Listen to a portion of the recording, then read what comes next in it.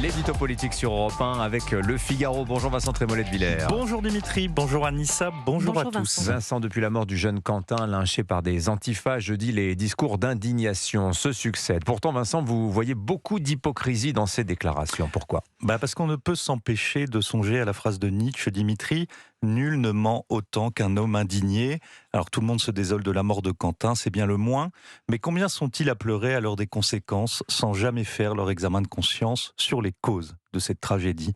Commençons par Emmanuel Macron, qui invoque la haine qui assassine pour ne pas nommer l'extrême gauche. Le président, une fois encore, se réfugie dans la nuit de l'équivalence et ne dit pas les choses.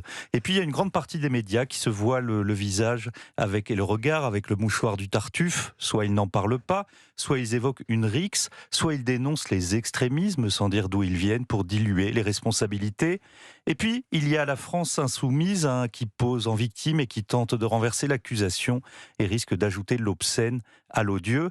Enfin, il y a les gogos de la tenaille identitaire qui, pour se protéger d'avoir dénoncé l'extrême gauche, surjouent immédiatement la menace de l'ultra-droite sans voir que dans les faits, comme dans les rapports de police, la menace des antifas s'apparente de plus en plus à celle de groupes insurrectionnels, voire terroristes. Et devant tous ces noyeurs de poissons, il faut donc rappeler des choses toutes simples, Dimitri. Justement, lesquelles, Vincent ?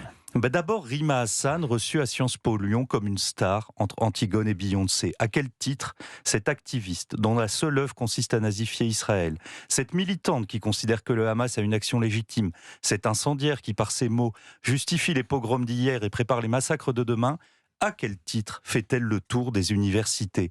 À Paris, Sciences Po a refusé sa venue, mais ailleurs, par lâcheté ou par complaisance, les facs lui font la haie d'honneur.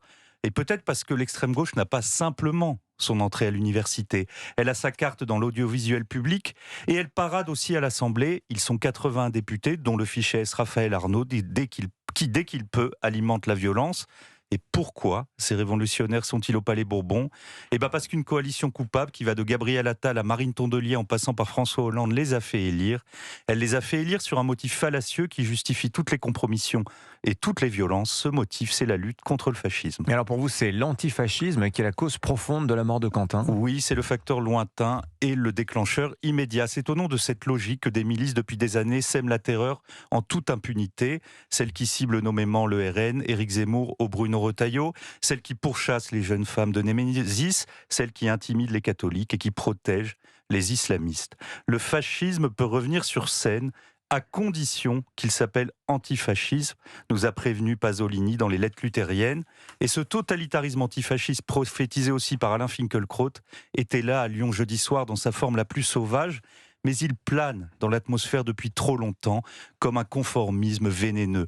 Une génération entière a été formée à déshumaniser tout ce qui s'approcherait de près ou de loin de l'extrême droite. Et pour elle, l'extrême droite, c'est tout ce qui n'est pas la gauche radicale. Ça peut commencer à François Ruffin. Derrière, le personnel politique par couardise donne le change, le clergé médiatique forge des anathèmes, et à la fin, un gamin venu paisiblement protéger une banderole contre l'islamo-gauchisme dans nos facs meurt sous un déchaînement de coups, des coups sans visage, Dimitri, puisque les bourreaux portent toujours une cagoule. Il ne faut donc pas se tromper sur les mots. Quentin, dans cette histoire, n'est pas un militant pris dans une rixe, mais c'est un martyr de la liberté d'expression.